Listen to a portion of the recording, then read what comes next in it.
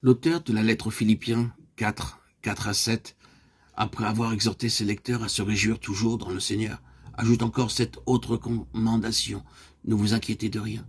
Il y a toujours une raison de se réjouir. Pourquoi? Car le Seigneur est proche, à portée de la main, à proximité. Le Seigneur est proche, le terme utilisé ici se rapporte à la présence du Seigneur plutôt qu'à sa venue, à sa proximité dans l'espace, et non pas dans le temps. Le Seigneur est proche, il n'y a pas de raison d'être anxieux. Le Seigneur est proche. Bien entendu, nous pouvons invoquer beaucoup de raisons en tant que c'est aimer la présence du Seigneur, les rend toutes non recevables. S'il est avec nous, rien ne peut justifier notre inquiétude. C'est pourquoi il ne tolère aucun souci. Ne vous inquiétez de rien, il n'y a pas de souci légitime et nulle excuse valable pour les justifier. Hélas, nous avons beaucoup de circonstances atténuantes, c'est pourquoi nous admettons ce que Dieu n'admet pas. Mais tolérer une quelconque acception, c'est jeter le doute sur son amour.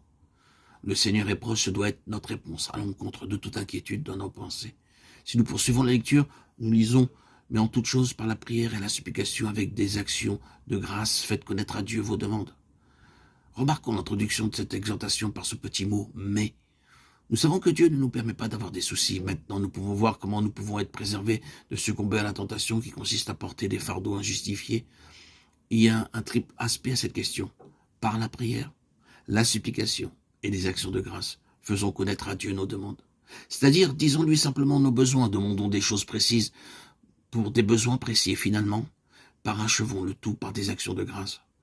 Si nous agissons de cette manière, nous ne succomberons pas à l'irritation qui souvent sape notre vie. N'avez-vous jamais observé des ouvriers travaillant à la construction d'un édifice de plusieurs étages?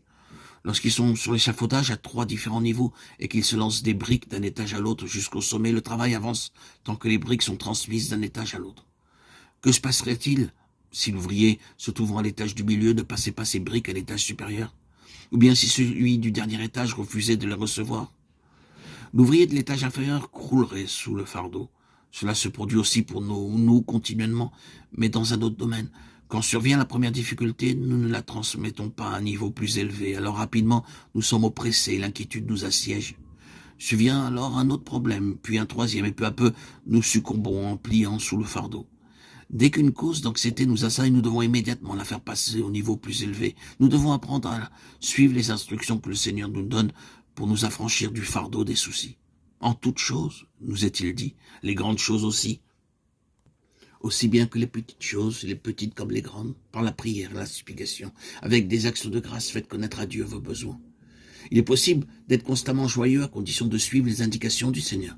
Dans le domaine naturel des hommes, les fardeaux sont partagés avec un confident et moralement confié à cet ami. Le Seigneur est-il moins digne de confiance qu'un simple homme? Assurément non. Il est notre confident et règle toute inquiétude qui essaierait de nous dérober notre joie. Mais souvenons-nous qu'il ne nous demande pas seulement de lui exposer nos problèmes avec précision, il nous dit que tout doit lui être apporté avec action de grâce. N'oublions pas que tout ce qui nous arrive a été préordonné par celui qui nous a tant aimés, qui nous a donné sa propre vie, et son amour ne peut pas se tromper. Si nous le croyons, chacune de nos demandes se fera avec action de grâce.